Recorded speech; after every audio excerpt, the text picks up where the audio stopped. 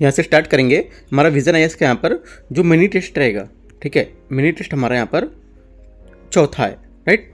चौथा mini test देखेंगे और यहाँ पर क्या क्वेश्चन है, तो आपका हमारा जो यहाँ पर 50 क्वेश्चन होते हैं मिनी टेस्ट में, वो यहाँ पे हम अपने कवर करेंगे, राइट। तो स्टार्ट करते हैं, यहाँ से देखते हैं क्वेश्चन क्या है। यहाँ से पहला क्वेश्चन है, पारिस्थितिक अनुक्रमण जो हमारा है उसके संदर्भ में निम्नलिखित कथनों पर आपको विचार करना है। यहाँ पे है पहला स्टेटमेंट, एलोजेनिक अनुक्रमण एक पारिस्थितिक तंत्र के जैविक घटकों के माध्यम से, जबकि ऑटोजेनिक अनुक्रमण हमारा जो होता है वो पारिस्थितिक तंत्र के अजैविक घटकों के माध्यम से संचालित होता है, ठीक है। पहला हमारा स्टेटमेंट, यहाँ से पहला स्टेटमेंट हमारा गलत है, क्योंकि हमारा एलोजेनिक जो होता है अनुक्रमण ये पारिस्थितिक तंत्र के अजैविक घटकों के माध्यम से संचालित होता है, ठीक है। तो हमारा पहला गलत हो जाएगा। दूसरा, प्राथमिक अनुक्रमण नष्ट हो चुके जो पर्यावास है उस पर पर्यावास पर, जबकि द्वितीयक हमारा अनुक्रमण जो है वो जीवन रहित क्षेत्रों पर यहाँ पर शुरू होता है, ठीक है। सेकंड क्या है, सेकंड भी हमारा यहाँ पर गलत है, क्योंकि प्राथमिक अनुक्रमण जो होता है ये रेगिस्तान में जैसे जो जीवन रहित क्षेत्र हैं वहाँ से क्या है क्षेत्रों में शुरू होता है, ठीक है। जबकि जो द्वितीयक अनुक्रमण में ये नष्ट हो चुके जो पर्यावास है अथवा उन क्षेत्रों में जहाँ प्रारंभ होता है, जहाँ पर प्राकृतिक जीव समुदाय पहले से मौजूद थे लेकिन वर्तमान में यहाँ पर नष्ट हो गए हैं, ठीक है। तो सेकंड भी हमारा स्टेटमेंट यहाँ से गलत हो जाएगा, राइट। तो दोनों हमारे गलत हैं, तो आंसर क्या हो जाएगा, डी हमारे यहाँ से करेक्ट आंसर हो जाएगा। पूछे सही कौन सा है, तो कोई नहीं सही यहाँ से। सेकंड क्वेश्चन है, चलिए पारिस्थितिक तंत्र के संबंध में निम्नलिखित कथनों पर आपको विचार करना है कि कौन सा सही नहीं, मतलब कौन सा गलत है इसमें चारों स्टेटमेंट में आपको ये बताना है, ठीक है।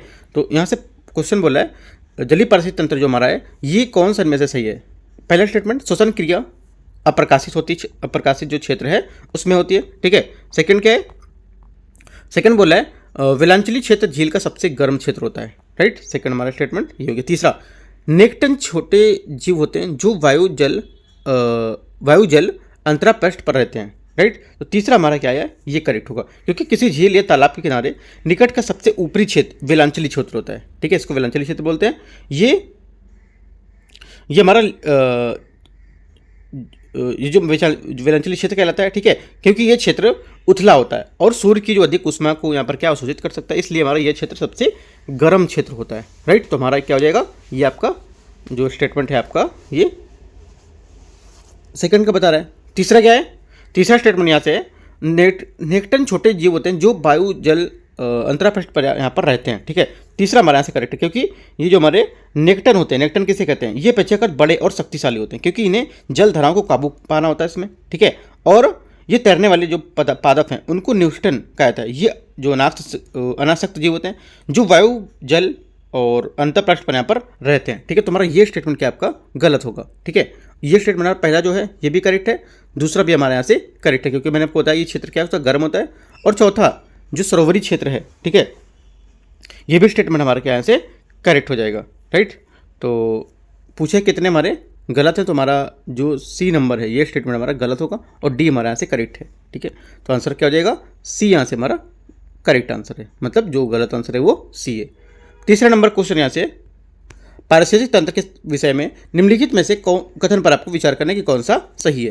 पहला, पारिस्थितिक तंत्र के जैविक घटक अजैविक घटकों का पारस्परिक क्रिया से यहाँ पर, परंतु वे आपस में पारस्परिक क्रिया अंतर क्रिया नहीं करते हैं, राइट। तीसरा यहाँ पे हमारा जो स्टेटमेंट बोल रहे हैं ये यहाँ से हमारा पहला स्टेटमेंट जो है ये गलत हो जाएगा, ठीक है।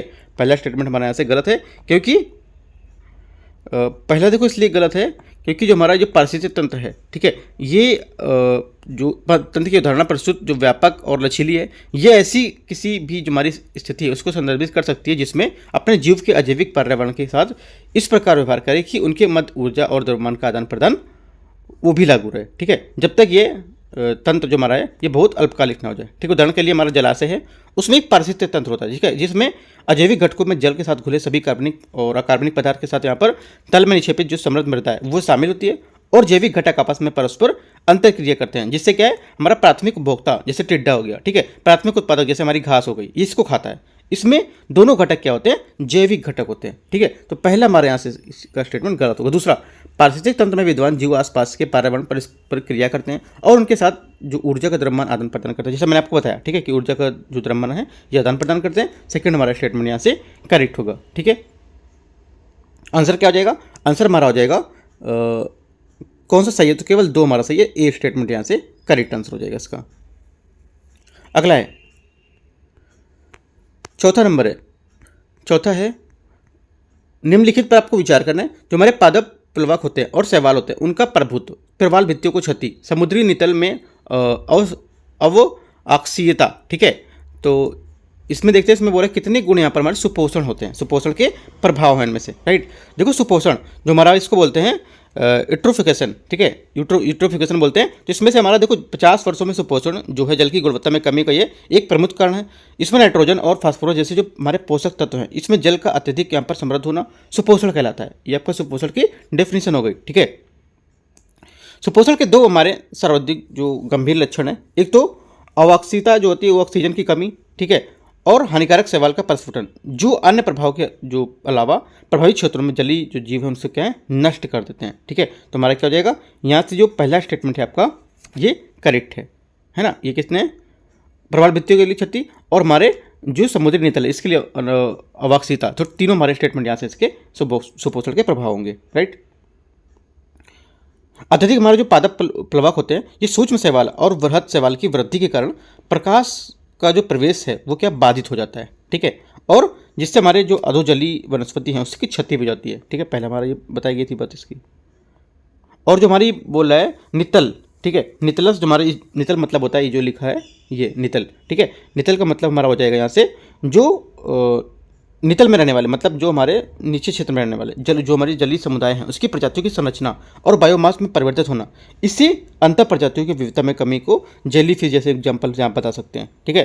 तो हमारे यहाँ से ये स्टेटमेंट होगा, तीनों स्टेटमेंट हमारे एकदम करेक्ट हैं सुपोषण के प्रभाव को लेकर, ठीक है, तीनों हमारे सही हैं। अगला देखते हैं 5वां नंबर क्वेश्चन।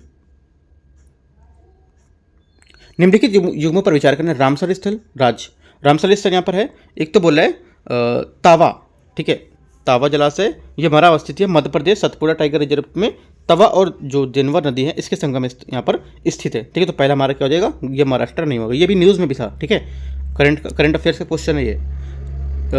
नंजरायन झील, नंजरायन झील यहाँ पर बोला है कर्नाटका, नंजरायन झील हमारा है ये तमिलनाडु, ठीक है, तमिलनाडु में है, तिरुप्पुर जिला में, तो हमारा ये भी गलत हो जाएगा।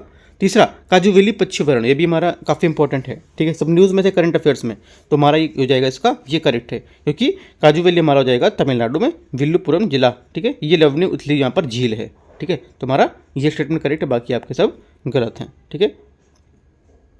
आंसर क्या हो जाएगा, केवल 3, एक स्टेटमेंट केवल यहाँ पर सही है 5वें का। 6वां नंबर, परनुकूलन और अनुकूलन के बीच अंतर के संबंध निम्नलिखित तथ्यों पर विचार करना है। अनुकूलन किसी जीव का एक बदलते पर्यावरण के अनुसार अस्थायी समायोजन है, जबकि अनुकूलन जीवों के एक समूह का बदलते जो पर्यावरण है उसके अनुसार दीर्घकालिक स्थायी समायोजन है, ठीक है। तो पहला हमारा जो 6 है इसका स्टेटमेंट आपका ये बता रहा है, ठीक है। तो पहला हमारा यहाँ से गलत हो जाएगा, क्योंकि परिवेश में हमारा जो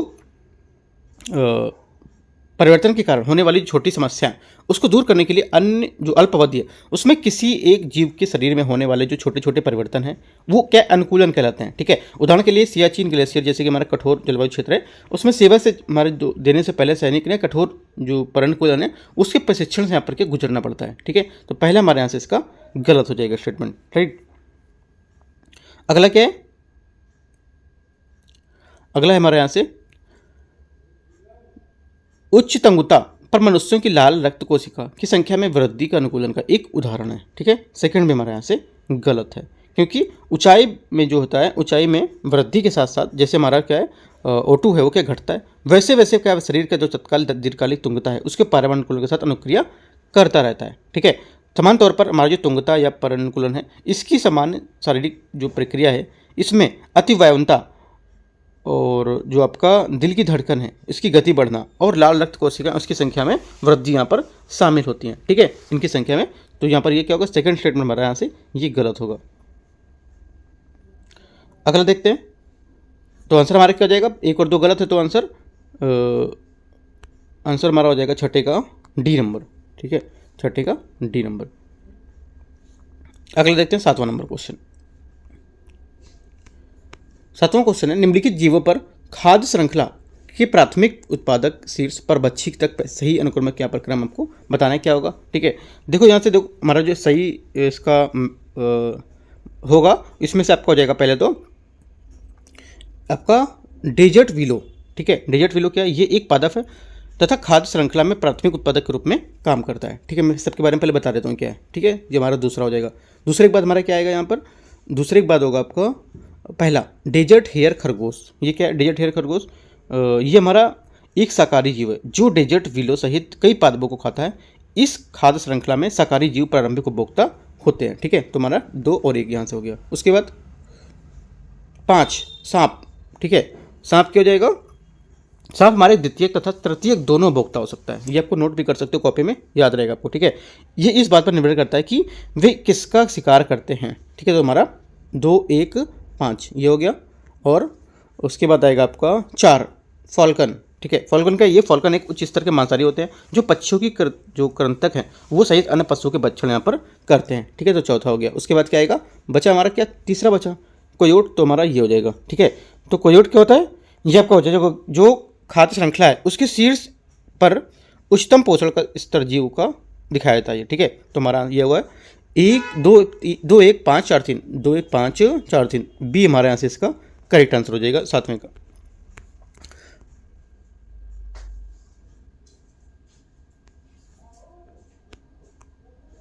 आठवां नंबर है नाइट्रोजन चक्र के अंतर्गत शामिल प्रक्रियाओं के संदर्भ में निम्नलिखित कथन पर विचार करना है, प्रक्रिया और कार्य प्रणाली। ठीक है, देखते हैं इसको 8वां नंबर को। यहां से पहला है, पहला स्टेटमेंट यहां से प्रक्रिया और कार्य प्रणाली नाइट्रीकरण। ठीक है, नाइट्रीकरण या होता है हमारा जो नाइट्रीकरण है, दूसरा आपका स्वांगीकरण है। ठीक है, और अमोनीकरण और विनाइट्रीकरण। ठीक है, तो पहले इनको थोड़ा सा मैं देख लेता हूँ एक एक करके।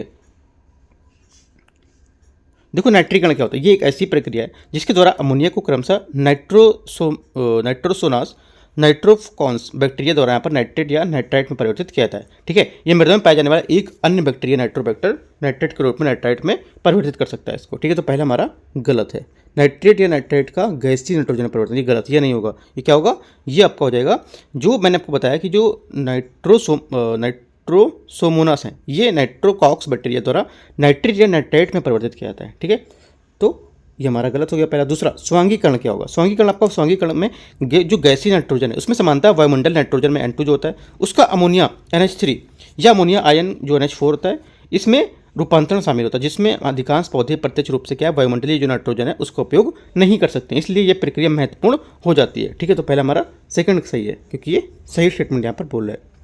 अमोनीकरण क्या होता है, अमोनीकरण होता है जो अमोनीकरण वह प्रक्रिया जिसके द्वारा नाइट्रोजन युक्त जो हमारे अपशिष्ट हैं उत्पाद जैसे यूरिया और यूरिक अम्ल तथा मृत जीवी जो हैं उसके अवशेष अकार्बनिक अमोनिया या अमोनियम आयन द्वारा यहाँ पर परिवर्तित हो जाते हैं। ठीक है, तो तीसरा भी हमारा यहाँ से करेक्ट है, मेरा जो जीव है उसके अकार्बनिक कारण यहाँ पर परिवर्तन होना, ये हमारा करेक्ट है दूसरा और तीसरा।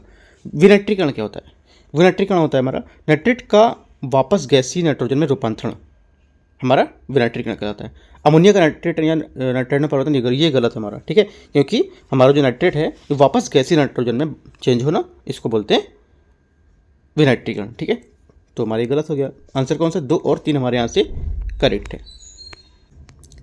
2 और 3 करेक्ट है, तो आंसर हमारा हो जाएगा केवल 2 यहाँ से हमारे स्टेटमेंट करेक्ट हैं। ठीक है, तो 8वें का ए यहाँ से हमारा करेक्ट आंसर हो जाएगा। ठीक है, 9वां नंबर देखते हैं यहाँ से क्वेश्चन। मैंग्रोव वनों के विस्तार में वनों के विस्तार से कंडालुंडी, ठीक है, कंडालुंडी के प्रवास समुद्री जो है हमारे उसके पक्षियों के लिए खतरा उत्पन्न हो सकता है। इस संदर्भ में कंडालुंडी मड फ्लैट परिस्थिति तंत्र स्थित है, कहाँ पर स्थित है ये। ठीक है, आपसे ये पूछा है,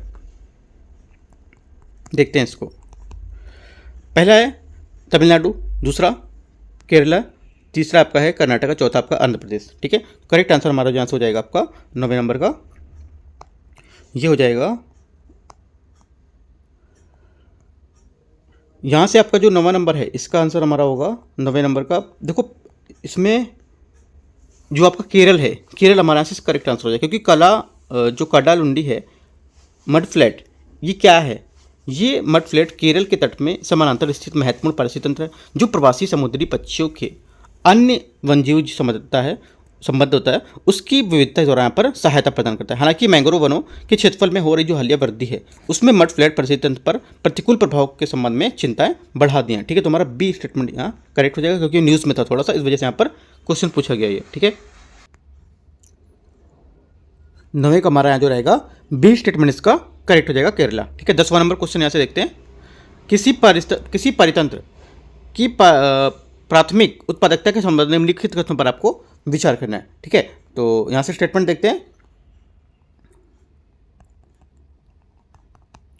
पहला है, सकल प्राथमिक उत्पादकता प्रकाश संश्लेषण के दौरान जैव भार या कार्बनिक पदार्थ के निर्माण की यहाँ पर दर होती है। ठीक है, तो पहला हमारा जो स्टेटमेंट इसका रहेगा 10वें का, ये करेक्ट हो जाएगा। दूसरा, शुद्ध प्राथमिक उत्पादकता जो उपभोक्ता आते हैं उनको द्वारा नवीन जो कार्बनिक पदार्थ हैं उसके निर्माण की यहाँ पर ये दर होती है। ठीक है, सेकंड हमारा गलत है, क्योंकि ये द्वितीय जो उत्पादकता होते हैं उनकी यहाँ पर ये बात बता रहा है, ना कि ये प्राथमिक उपभोक्ता उत्पादकता। ठीक है, तो ये गलत हो जाएगा। तो पहला सिर्फ हमारे यहाँ से इसका करेक्ट आंसर होगा ए। ठीक है, अगला देखते हैं 11 नंबर क्वेश्चन। निम्नलिखित कथनों में से कौन सा कथन एक समस्थानिक जातीय उद्भवन का सर्वश्रेष्ठ वर्णन करता है? जो हमारे समस्थानिक उद्भवन है जातीय, उसका सर्वश्रेष्ठ वर्णन में से कौन सा करता है? करेक्ट आंसर हमारा हो जाएगा 11 नंबर का इसका, जो ये करता है। ऐसा तब होता है जब देखो, जब एक प्रजाति किसी सदस्य को एक दूसरे के साथ यहाँ पर प्रजनन करने के लिए भौतिक बाधा नहीं होती है। ठीक है, तो हमारा क्या हो जाएगा? डी इसका स्टेटमेंट हमारा करेक्ट आंसर हो जाएगा। राइट, देखो जाति उद्भवन होता क्या है? जाति उद्भवन जो हमारा पारिस्थितिक है, ये जीवों के छोटे छोटे जो समूह होते हैं उनसे अलग अलग हो जाते हैं और एक नई प्रजाति बनाते हैं, जो इसे पारिस्थितिक जाति उद्भवन बोलते हैं। ठीक है, ये विस्थानिक जाति उद्भवन की जो पारिस्थितिक जाति उद्भवन है उसके बीच मुख्य अंतर यह होता है कि जो पारिस्थितिक हमारी जाति उद्भवन है ये एक दूसरे से तुलना में बहुत छोटे होते हैं, और छोटे की जो विशिष्ट हमारी विशेषता होती है वह समूह में भावी और पीढ़ी जो तक उनको क्या पहुँचाया जाता है, जिससे उनके लक्षण उस समूह के बीच की जो समान हो जाते हैं और उन्हें दूसरों से अलग यहाँ पर करने में सक्षम बना देते हैं। तो हमारा ये होता है इसका जो जाति उद्भवन का सर्वश्रेष्ठ वर्णन। ठीक है, तो हमारा आंसर यहाँ से हो जाएगा 11 नंबर का डी। अगला है 12 नंबर क्वेश्चन। 12, पारिस्थितिक तंत्र के जो ऊर्जा प्रवाह है उसके संदर्भ में आपको यहाँ पर विचार करना है।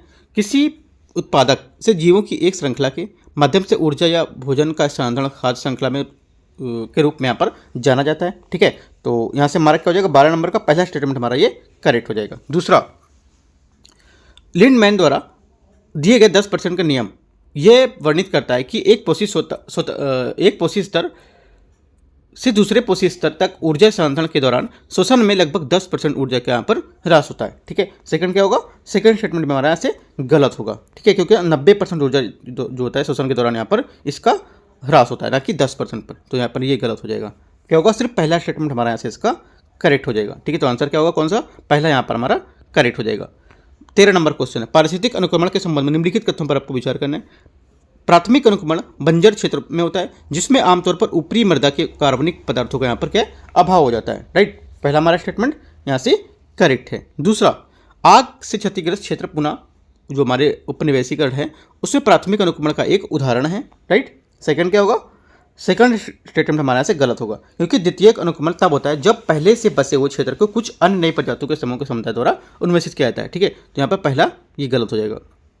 तीसरा, अनुक्रमण के दौरान बनने वाला विस्थापित होने वाला प्रत्येक अनुक्रमिक समुदाय एक सीरियल समुदाय कहलाता है। ठीक है, क्या कहता है? कहलाता है एक सीरियल समुदाय। देखो, अनुक्रमण के दौरान जो बनने वाला विस्थापित होने वाला जो अनुक्रमिक समुदाय है उसको अनुक्रमण का एक चरण या सीरियल समुदाय यहाँ पर कहा जाता है। राइट, तो आंसर हमारा क्या हो जाएगा? आंसर हमारे यहाँ से हो जाएगा इसका 1 और 3 यहाँ पर सही है, तो डी हमारा इसका 13 का करेक्ट आंसर हो जाएगा। 14 नंबर क्वेश्चन देखते हैं यहाँ से। 14 है, निम्नलिखित पर आपको क्या है विचार करना है। ठीक है, यहाँ से पहला स्टेटमेंट बोल रहे हैं रामसर स्थल राज्य मगदीकेरे कंजर्वेशन रिजर्व। ठीक है, मगदीकेरे कंजर्वेशन रिजर्व मेरा कहाँ पे? कर्नाटका में। पहला आपका करेक्ट हो जाएगा। लगभग 50 हेक्टेयर क्षेत्रफल की भूमि पर यहाँ पर ये फैला हुआ मानव निर्मित आर्द्रभूमि है, याद रखना है। कौन सी है? मानव निर्मित है। दूसरा, अगनासिनी मुहावना जो है आपका ये तेलंगाना लिखा हुआ है। राइट, तो क्या हो जाएगा? ये कर्नाटक हो जाएगा। ये 4801 जो हमारा हेक्टेयर वहाँ तक फैली है और अरब सागर के साथ यहाँ पर अगासिनी नदी के संगम पर स्थित है। ठीक है,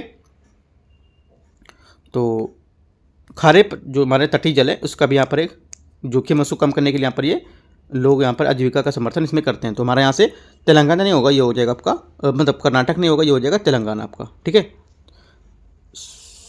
इसमें क्या, सॉरी मैं थोड़ा सा गलत बोल गया इसमें। देखो, जो हमारा अघनासिरी मुहाना ये तेलंगाना ना होके आपका कर्नाटका होगा, मैंने अपोजिट बोल दिया इसका। ठीक है, क्या होगा? कर्नाटका। तीसरा देखते हैं, लॉन्गवुड सोलर जो रिजर्व फॉरेस्ट है तीसरा बोला है ये आपका तमिलनाडु में, ये हमारा करेक्ट है। राइट, कैरवेट्टी पक्षी अभ्यारण्य, ये आपका हो जाएगा तमिलनाडु, ना कि केरला। कितने गलत हैं? 1 2। तो आंसर क्या हो जाएगा? एक तो हमारा पहला सही था, ठीक है, और एक आपका तीसरा सही था। तो आंसर क्या हो जाएगा? बी। केवल 2 युग हमारे करेक्ट है, पहला और तीसरा। पहला और तीसरा ये हमारा तमिलनाडु में था और ये आपका कर्नाटका में था, तो हमारे 2 गलत हो गए। तो आंसर हमारा हो गया पहला और तीसरा, ठीक है।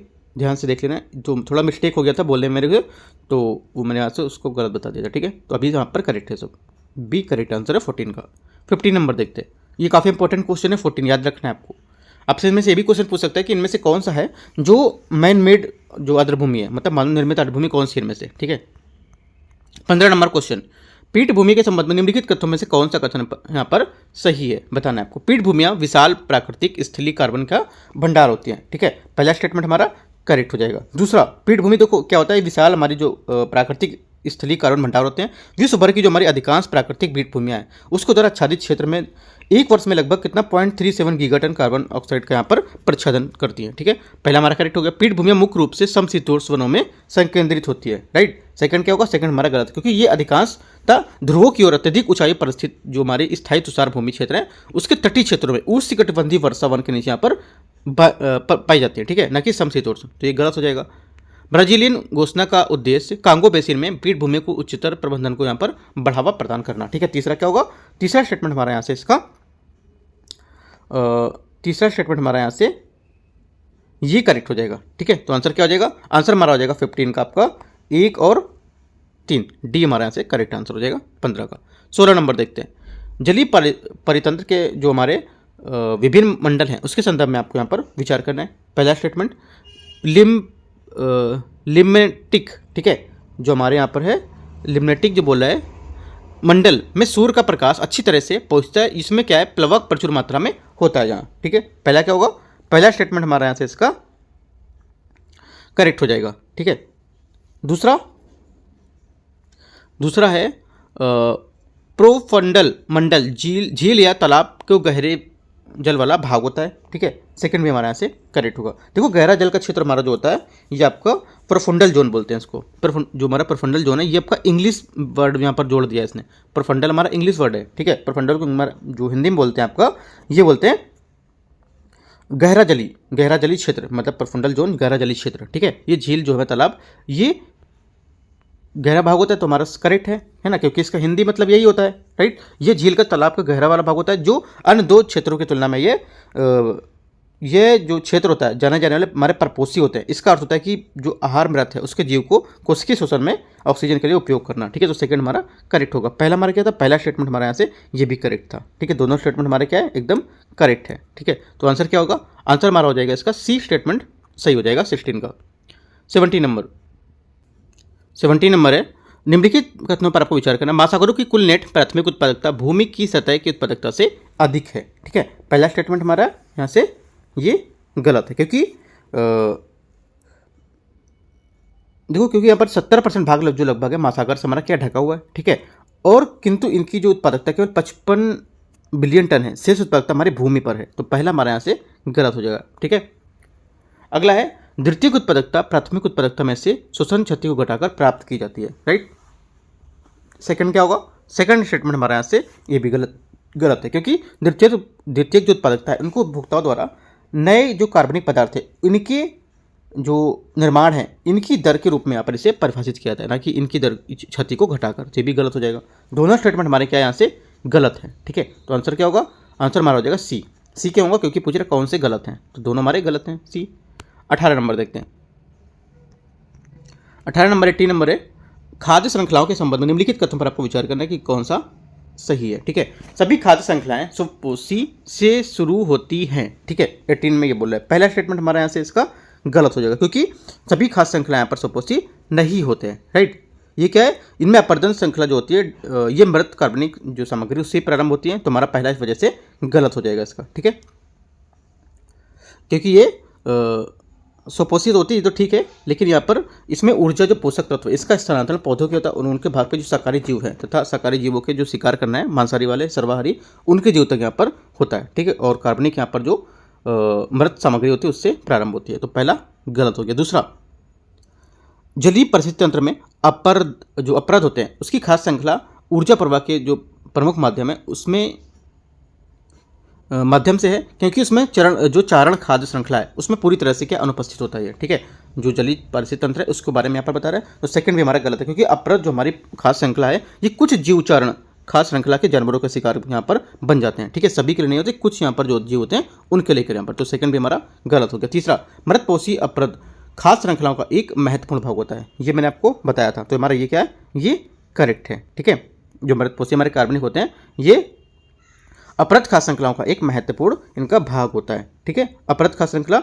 जो हमारा अपघटकों से यहाँ पर बनी होती है, जो कि मुख्यतः कवक और बैक्टीरिया के रूप में विषमपोषी जीव होते हैं। ये मृत कार्बनिक सामग्री से खंडन द्वारा यहाँ पर अपक्षेपित ऊर्जा के जो पोषण है उससे प्राप्त करते हैं। ठीक है, ये चीज़ आपको याद रखना है। देखो काफ़ी इंपॉर्टेंट क्वेश्चन है। खास श्रृंखला वाला जो है ये मृतपोषी और जलीय परिस्थिति तंत्र और कभी जो खाद हमारी सुपोषी है ना। तो इंपॉर्टेंट क्वेश्चन याद रखना है आपको। ये आंसर क्या होगा 18 का?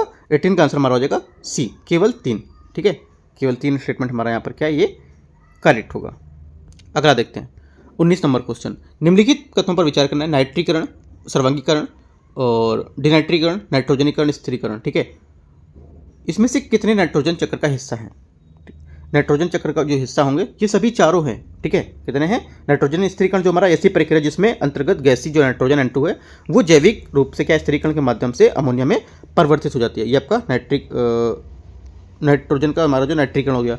उस दूसरा बोल रहा है सर्वांगीकरण। ठीक है, सर्वांगीकरण होता है इसके अंतर्गत प्रोटीन और न्यूक्लिक अम्ल सहित बड़ी मात्रा में कार्बन जो है कार्बनिक नाइट्रोजन का उत्पादन होता है। अगला है डिनाइट्रीकरण। डिनाइट्रीकरण इसके अंतर्गत अवयवी जो जीवाणु होते हैं उसके द्वारा नाइट्रेट का गैसीय नाइट्रोजन में अपचयन हो जाता है। अगला नाइट्रोजन स्थिरीकरण क्या होता है? ये होता है हमारा इसके देखो नाइट्रोजन स्थिरीकरण जो हमारा होता है इसके अपचायक एजेंट होते हैं। ठीक है, जो हमारा एजोटोबैक्टर और क्लोरिस्ट्रेडियम जो होता है उसमें जैसे युक्त यहाँ पर पाए जाने वाले जो जीवाणु होते हैं वो। ठीक है, तो तभी चारों हमारे यहाँ से इसके करेक्ट है। 20 नंबर क्वेश्चन 20। निम्नलिखित कथनों पर आपको विचार करना है। आहार की अकुशल रणनीतियाँ, पादप पलकों में निम्न वृद्धि दर, बड़ी खाद्य संख्या, इनमें से कितने कारण महासागरों में बायोमास के उल्टे पिरामिड के यहाँ पर जिम्मेदार हो सकते हैं? ठीक है, कितने हो सकते हैं? ये जो उल्टे पिरामिड के जिम्मेदार होंगे ये इनमें से कोई नहीं होंगे। ठीक है, देख क्यों? क्योंकि आहार की जो हमारी अकुशल रणनीति है, ठीक है, जो पहला स्टेटमेंट है ये हमारा गलत है, क्योंकि ये जो हमारे पादप प्लवक हैं इनकी जो हमारी उत्पादकता है, ठीक है, इनकी उत्पादकता है उच्च प्रकाश संश्लेषण के माध्यम से सूर्य के प्रकाश को ऊर्जा में परिवर्तित करना अत्यंत दक्ष है। इनकी टर्नओवर दर क्या होती है? हाई होती है, बहुत ज़्यादा उच्च होती है, जिसका अर्थ है कि केवल तेजी से उत्पादन प्रजनन करना ताकि उनके जो बायोमास हैं उसकी भरपाई शीघ्रता से कर सके। और ये उत्पादकता उनका आहार करने वाले जो हमारे जंतु प्लवक हैं उसके पर्याप्त खाद्य श्रृंखला का स्रोत प्रदान करती है। ठीक है, इस वजह से हमारा पहला गलत हो जाएगा। अकुशल रणनीतियाँ नहीं होती, इनकी कुशल रणनीतियाँ होती हैं। ठीक है, पादप प्लवकों की निम्न दर वृद्धि, राइट। सेकंड क्या होगा? सेकंड भी गलत है, क्योंकि इनकी दर जो होती है मतलब काफ़ी वृद्धि होती है, निम्न दर वृद्धि नहीं होती, उच्च दर वृद्धि इनकी देखी जाती है, इनकी टर्नओवर काफ़ी उच्च होती है, तो ये भी गलत हो गया।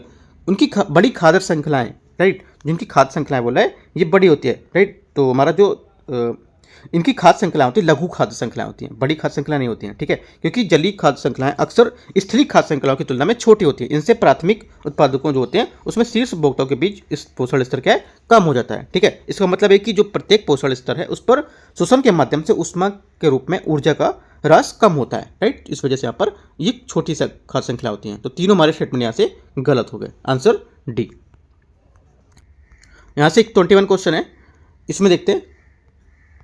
यहाँ से बोला है पारिस्थितिक पिरामिड के संदर्भ में निम्नलिखित कथनों पर आपको विचार करना है। ठीक है, देखते हैं इसको। पहला स्टेटमेंट है यहाँ पर समुद्र में जैव मात्रा का पिरामिड, ठीक है, जैव मात्रा का पिरामिड यहाँ पर समान तौर पर उल्टा होता है, राइट। ये बोल रहे हैं यहाँ पर पहला स्टेटमेंट हमारा 21 का।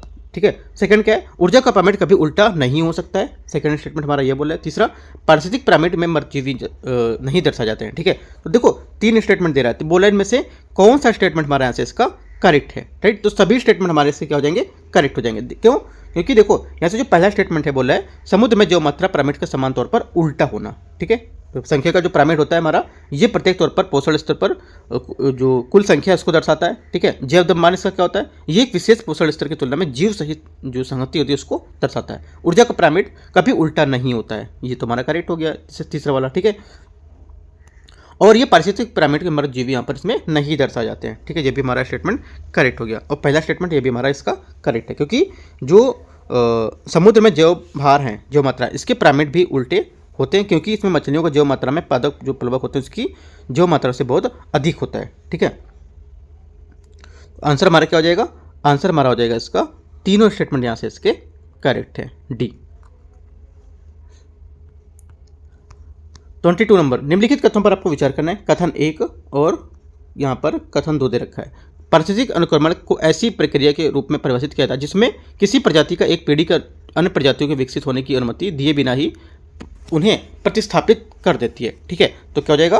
22 का जो हमारा पहला स्टेटमेंट है ये है यहाँ पर गलत हो जाएगा पहला। क्यों? क्योंकि यहाँ पर जो समुदाय है इसका संपूर्ण क्रम जो दिए हुए क्षेत्र में सफलतापूर्वक परिवर्तन होता है और उसे क्रमक कहते हैं। जो विशेष परिवर्तनशील समुदाय को यहाँ पर क्रमिकी चरण के द्वारा समुदाय को बोलते हैं उसको। ठीक है, तो पहला हमारा यहाँ से गलत हो जाएगा।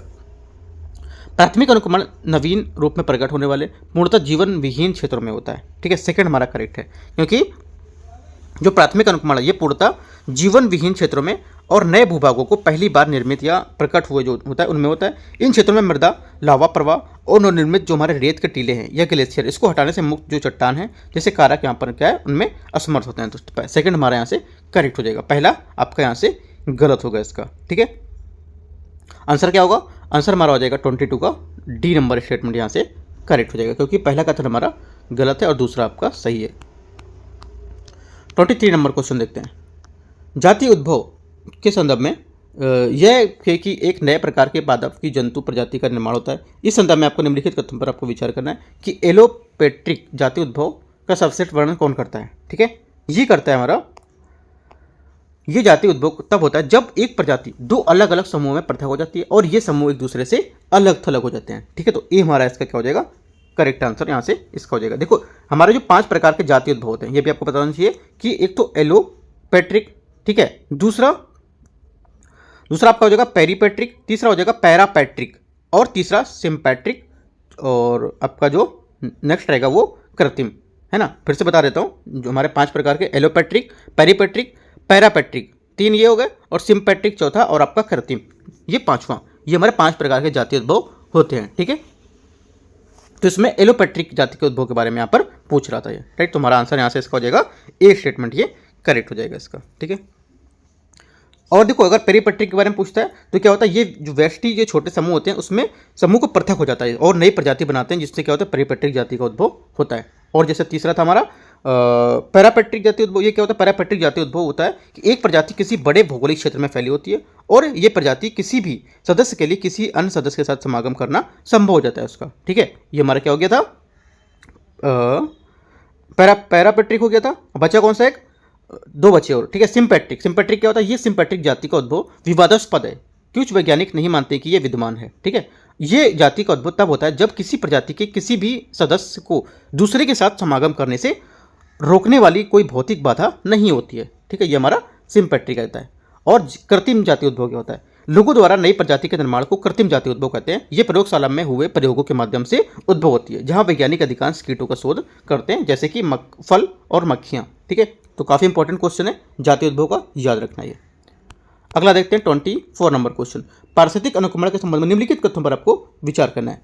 देखते हैं यहाँ पर पहला स्टेटमेंट, पारिस्थितिक अनुक्रमण जो हमारा है इसको ऐसी प्रक्रिया के रूप में परिभाषित करता है जिसमें किसी प्रजाति की एक पीढ़ी अन्य प्रजातियों को विकसित होने की जो अनुमति है उसके बिना यहाँ पर प्रतिस्थापित कर देती है। ठीक है, तो 24 का पहला हमारा स्टेटमेंट क्या है? गलत हो जाएगा।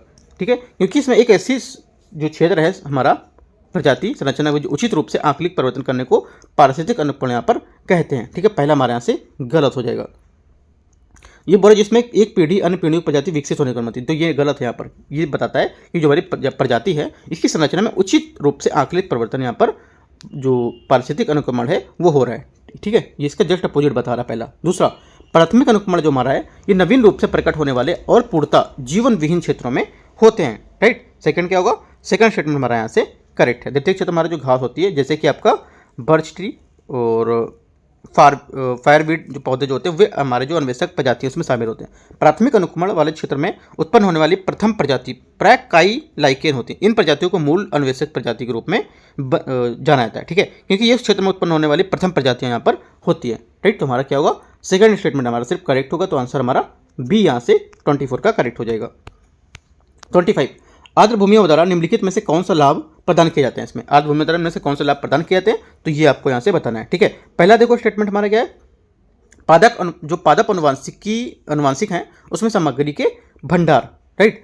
तो पहला क्या हो जाएगा, पहला हमारे यहाँ से इसका करेक्ट है, क्योंकि हमारे पादप अनुवांशिक सामग्री का भंडार महत्वपूर्ण होते हैं। उदाहरण के लिए चावल जो एक समान आर्द्र भूमि का है पौधा है, ठीक है, आधे से अधिक मानव यहाँ पर मुख्य आहार माना जाता है। तो पहला करेक्ट हो गया। भूजल पुनर्भरण, ठीक है, तो भूजल पुनर्भरण ये भी हमारा क्या हो जाएगा, इसका करेक्ट हो जाएगा। तीसरा कार्बन संग्रहण, वायुमंडल में कार्बन जो है आर्द्रभूमि निरंतर क्या है वो उससे कार्बन हटाती हैं और संग्रहित करती हैं। ठीक है, तो पौधे वायुमंडल से लेकर इसे पादप जो ऊतक है और अंततः यहाँ पर उनके मरने और विघटित हो जाने तक में मिट्टी में परिवर्तित कर देते हैं। ठीक है, तो हमारा ये भी करेक्ट है, तीसरा भी। ठीक है, जो भूजल वाला है ये भी हमारे यहाँ पे इसका पुनर्भरण, ये भी हमारा स्टेटमेंट इसका करेक्ट है। तो तीनों स्टेटमेंट हमारे आर्द्रभूमि के बारे में लाभ प्रदान करते हैं, है ना, तो यहाँ पर तीनों स्टेटमेंट करेक्ट हो जाएंगे। अगला है 26 नंबर क्वेश्चन। किसी क्षेत्र की जैव विविधता के मापन के संदर्भ में निम्नलिखित में से कौन सा दो पर्यायवासियों या क्षेत्रों के मध्य प्रजातियों की विविधता का सही वर्णन करता है। ठीक है, ये वर्णन करता है आपका बीटा विविधता। ठीक है, देखो बीटा विविधता क्या होता है, ये आपका देखो होता है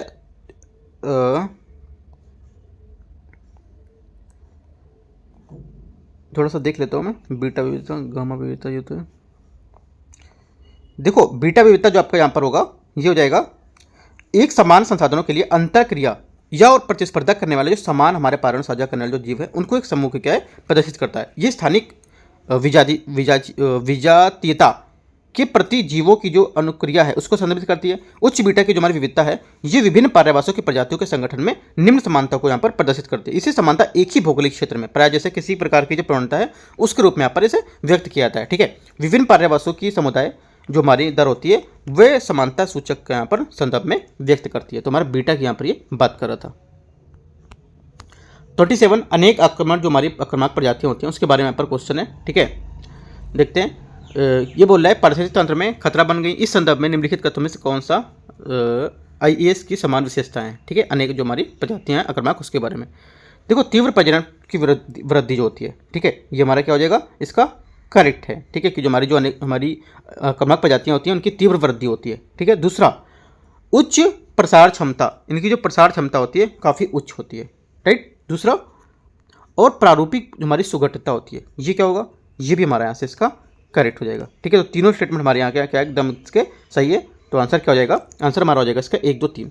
देखो भारत में कुछ हमारे आक्रामक प्रजातियाँ हैं उसके कुछ नाम देख सकते हो, जैसे कि आपका लेंटाना कमेरा, ठीक है, मैक्सिकन डेविल, राइट, मेसकाइट, सर्पिलाकार श्वेत मक्खियाँ, राइट, और आपका कपास मिलीबग, ये सब आपको थोड़ा याद रख लेना, ये भारत की हमारी आक्रामक विदेशी प्रजातियाँ हैं।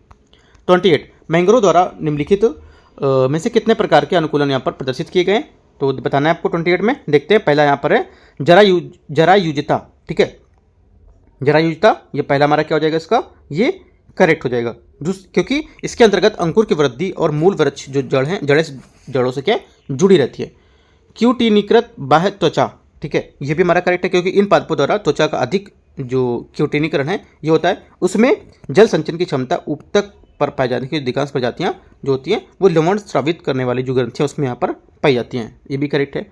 श्वसन मूल क्या होता है, श्वसन मूल आपका ये विशिष्ट जड़ें होती हैं जो मृदा के ऊपर की ओर विकसित होती हैं, इनमें असंख्य यहाँ पर छिद्र होते हैं। ठीक है, नी रूट्स क्या होते हैं, नी रूट्स आपको हो जाएगा इस प्रकार की जड़ें गैसों के आदान प्रदान करने में सहायता करती हैं। ठीक है, तुम्हारा चारों स्टेटमेंट इसके करेक्ट है। 29 निम्नलिखित में से किसे तलछटी जैव भू रासायनिक चक्र के रूप में ऐसे जाना जाता है, करेक्ट आंसर हो जाएगा 29 का, ये जाना जाता है हमारा एक तो फास्फोरस चक्र को, ठीक है, और दूसरा जानते हैं यहाँ से इसको जो सल्फर चक्र को। ठीक है, फास्फोरस चक्र और सल्फर चक्र हमारे जो तलछटी जैव भू रासायनिक चक्र हैं उसके रूप में से जानते हैं। ठीक है, अगला देखते हैं, 29 हो गया। 30 नंबर क्वेश्चन। 30 क्वेश्चन है, प्रजातियों की विविधता को मापने के लिए निम्नलिखित कथन पैमानों पर आपको विचार करना है। अल्फा विविधता किसी विशेष क्षेत्र या पारिस्थितिक तंत्र में पाई जाने वाली विविधता को संदर्भित करती है और इसे समानता प्रजातियों की संख्या के रूप में व्यक्त किया जाता है। ठीक है, 30 का पहला स्टेटमेंट हमारा यहाँ से क्या हो जाएगा, करेक्ट है, क्योंकि हमारी अल्फा विविधता है जो मैंने आपको बताई थी, अल्फा विविधता और बीटा विविधता, उसकी बात कर रहा है ये।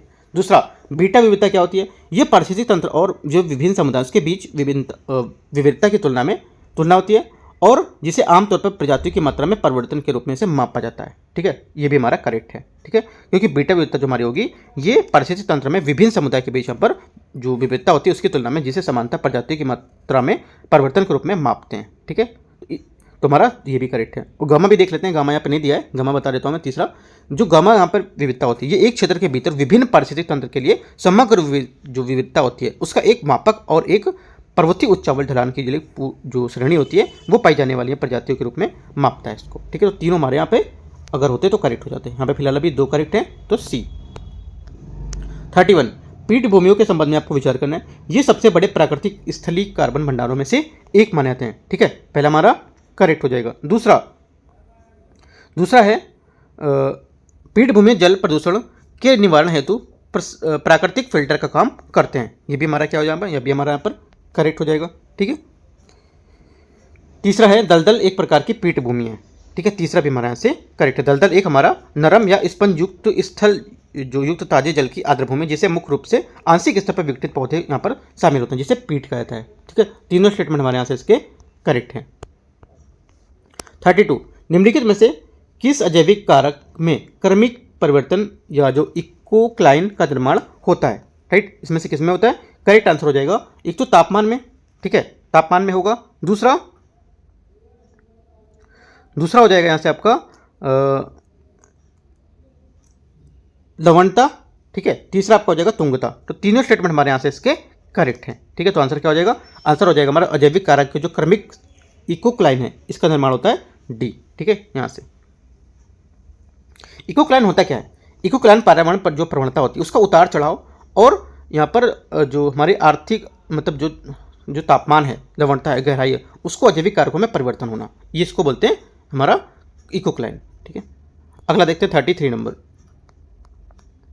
33 है, निम्नलिखित में से कौन सा भारतीय क्षेत्र विश्व जैव विविधता हॉटस्पॉट में शामिल है। ठीक है, कौन सा शामिल है, आंसर हमारा हो जाएगा यहाँ से आपका एक तो हिमालय। ठीक है, दूसरा आपका हो जाएगा पश्चिमी घाट, और तीसरा आप यहाँ से आपका गलत हो जाएगा, और आपका हो जाएगा चौथा पूर्वोत्तर भारत, पांचवा आपका निकोबार द्वीप, तीसरा यहाँ पर पूर्वी घाट है, पूर्वी घाट यहाँ पर इसका नहीं होगा। ठीक है, देखो जैव विविधता हॉटस्पॉट हमारे वो होते हैं जो निम्नलिखित मानदंडों को पूरा करते हैं, जैसे कि स्थानीय प्रजातियां हमारी होती हैं उनमें से कम 1500 प्रजातियां होनी चाहिए जो पृथ्वी पर अरण्य नहीं पाई जाती हैं। ठीक है, मूलतः देशज जो वनस्पति ऐसा, क्योंकि 70% से अधिक हमारे यहाँ पर पर्यावरण के नष्ट हो चुका है। ठीक है, संकटग्रस्त क्या होगा, शेष 30% मूल जो हमारी प्राकृतिक वनस्पतियाँ ये संकटग्रस्त होनी चाहिए, जो हमारी जैव विविधता हॉटस्पॉट को एक मानदंडों को पूरा करेंगे। ठीक है, कंजर्वेशन इंटरनेशनल के अनुसार हमारे भारत में 4 जैव विविधता हॉटस्पॉट है, ये भी आपको याद रखना है। कौन सा, हिमालय, ठीक है, इंडो बर्मा क्षेत्र, सुंडालैंड और आपका पश्चिमी घाट श्रीलंका। ठीक है, आंसर हमारा क्या हो जाएगा 1 2 3 5 1 2 4 5 सॉरी 1 2 4 5, ये 3 नहीं होगा। 34, कंबर झील के नाम से भी जाने जाने वाली यह आर्द्रभूमि हिंद गंगा के मैदान में स्थित है। ये मध्य एशियाई उड़ान मार्ग पर एक महत्वपूर्ण पड़ाव है। ये लाल सिर वाले जो गिद्ध है इसमें मिलनसार लैपविंग जैसी जो गंभीर लुप्त प्राप्त प्रजाति है उसका आश्रय स्थल है। इसे हाल ही में रामसर कन्वेंशन के स्थल में यहाँ पर संरक्षित आर्द्रभूमि के नाम से नामित किया गया है। इस परिच्छेद में किस आर्द्रभूमि के यहाँ पर वर्णन कर रहा है, तो ये बताना है। ये वर्णन कर रहा है आपका काबर ताल आर्द्रभूमि, सी यहाँ से इसका करेक्ट आंसर हो जाएगा। ठीक है, काबर ताल आर्द्रभूमि ये हमारा जो आर्द्रभूमि है ये बिहार के बेगूसराय जिले में स्थित हिंद गंगा मैदान के 26 हेक्टेयर में यहाँ पर विस्तारित की गई है। ठीक है, हाल ही में इसे रामसर आर्द्रभूमि में निर्दिष्ट किया गया है। ठीक है, तो याद रखना है। अगला देखते हैं 35, फास्फोरस चक्र के संबंध में निम्नलिखित कथन पर विचार करना है। चट्टानें फास्फोरस का प्राकृतिक भंडार होते हैं। ठीक है, या भंडार है, तो पहला हमारा स्टेटमेंट करेक्ट हो जाएगा। दूसरा, जीवों और पर्यावरण के मध्य श्वसन के माध्यम से फास्फोरस का गैसीय विनिमय सर्वाधिक होता है। राइट, सेकंड हमारे यहाँ से गलत है, क्योंकि कार्बन चक्र के विपरीत है। फास्फोरस श्वसन द्वारा वातावरण में निर्मुक्त नहीं किया जाता है। ठीक है, गलत हो गया, ओनली 1 करेक्ट स्टेटमेंट, तो आंसर हमारा 35 का ए हो जाएगा यहाँ से।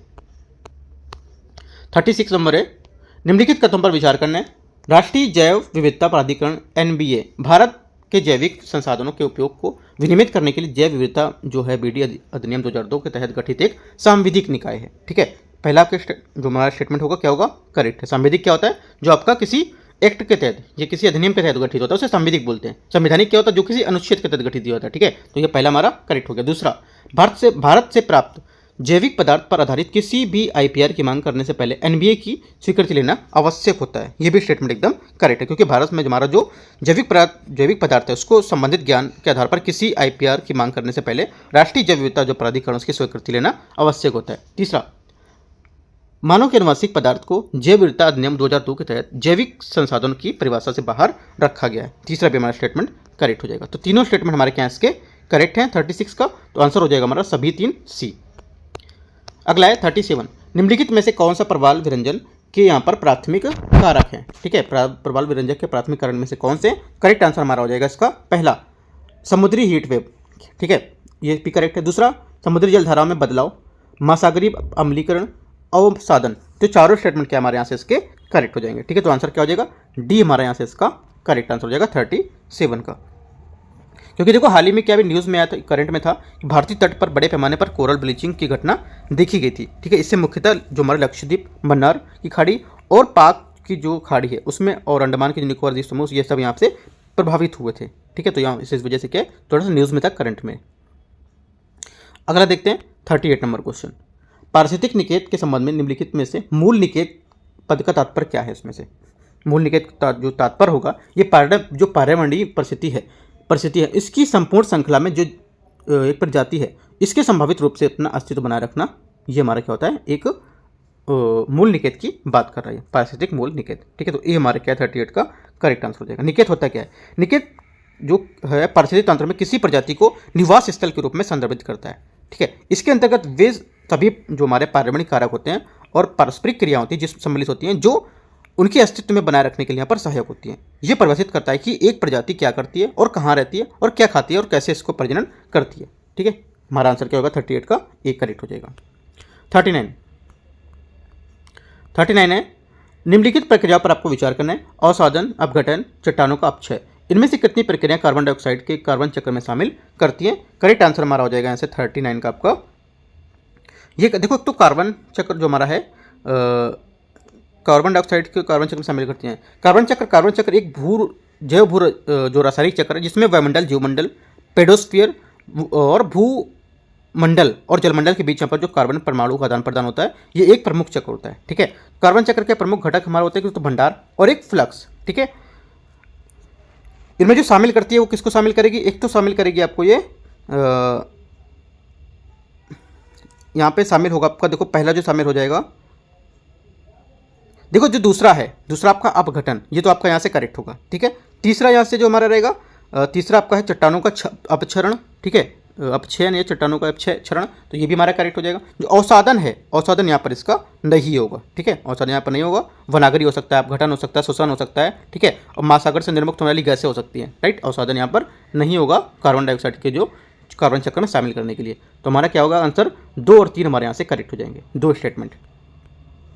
40 नंबर क्वेश्चन है, निम्नलिखित पादप समूहों में से कौन सा उष्णकटिबंधीय वर्षावनों की विशेषताएं हैं, ठीक है, ये बताना है आपको। करेक्ट आंसर हमारा हो जाएगा 40 का आपका। देखो एक तो पहला मृतजीवी, ठीक है, और यहाँ से जो दूसरा है दूसरा मतलब अधिपादप है, ये हमारा करेक्ट हो जाएगा। 1 और 3 हमारे क्या होंगे यहाँ से करेक्ट होंगे। जो मरुभिद्ध है ये आपका यहाँ से गलत होगा, ठीक है, ये हमारे यहाँ से गलत हो जाएगा। तो आंसर हमारा हो जाएगा 1 और 3। जो मरुभिद्ध है ये शुष्क और अर्ध शुष्क दशाओं में अनुकूलन पादप समूह होते हैं, जैसे कि कैक्टस और बाओबाब, ठीक है। आंसर हमारा 1 और 3।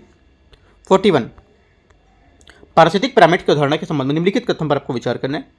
ऐसी प्रजाति का समावेश नहीं हो सकता है जो 2 या 2 से अधिक पोषी स्तरों में संबंधित होती है, ठीक है। पहला क्या होगा, पहला हमारा करेक्ट हो जाएगा। दूसरा, ये साधारण खाद्य श्रृंखलाओं पर आधारित है जो प्रकृति में विद्यमान नहीं होती है, ये भी हमारा करेक्ट है। तीसरा, पारिस्थितिक तंत्र में मृत जीवी को तृतीय उपभोक्ता में क्या रखा गया यहाँ पर, ये गलत है, क्योंकि मृतजीवी घटक को हमारे पारिस्थितिक तंत्र में कोई स्थान नहीं दिया गया है। यहाँ पे बोला तीसरा स्थान, तो गलत हो गया। आंसर हमारा क्या होगा, केवल 2 यहाँ से हमारे स्टेटमेंट करेक्ट है, ठीक है। 41 का बी।